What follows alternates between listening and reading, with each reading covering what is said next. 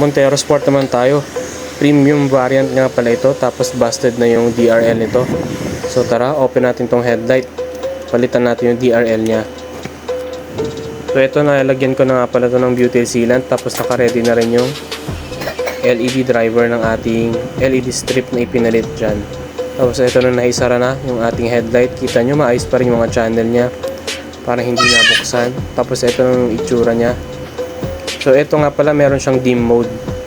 So sa time na ito, nakasinding headlight, so naka-dim itong LED DRL natin na to. So makikita nyo mamaya, meron siyang animation, may welcome animation yan. So ayan siya pagka startup.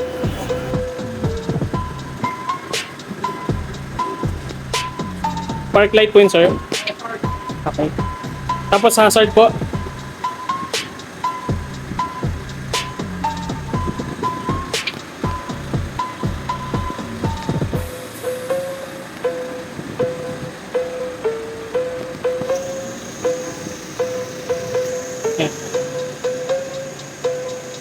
Yung patay po ng hazard.